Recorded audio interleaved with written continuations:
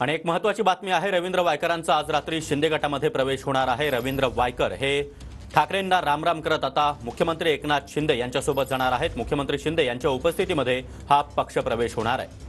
तर शिंदे यांच्या उपस्थितीमध्ये वायकर यांचा पक्षप्रवेश होणार आहे आणि वायकरांनी आता या पक्षप्रवेशाला जाण्यापूर्वी गणपतीचं दर्शन घेतलेलं आहे। ही दृश्य आपण पाहतो आहोत। रवींद्र वायकर हे आता गणपतीच्या चरणी लीन होताना, तर काही वेळापूर्वीच रवींद्र वायकर हे गाडीमधून निघाल्याची बातमी समोर आलेली होती आणि त्यानंतर आता वायकरांनी गणपतीचं दर्शन घेतलेलं आहे।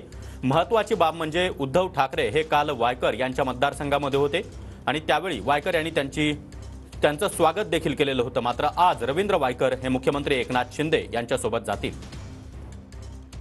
वायकरजी, खरं तर तुमच्या पक्षप्रवेशाच्या बातम्या ज्या आहेत त्या अनेक दिवसांपासून येत होत्या। खरं तर आज पक्षप्रवेश होणार आहे का शिंदे?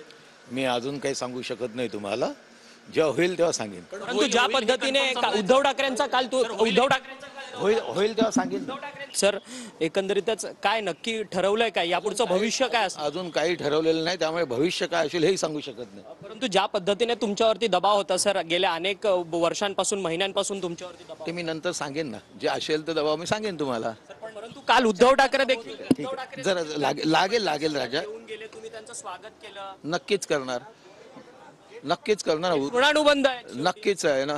त्यामुळे उद्धव साहेब आले आणि त्यांचं स्वागत मी नाही करणार असं होणार नाही। डोळे देखील पाणावले।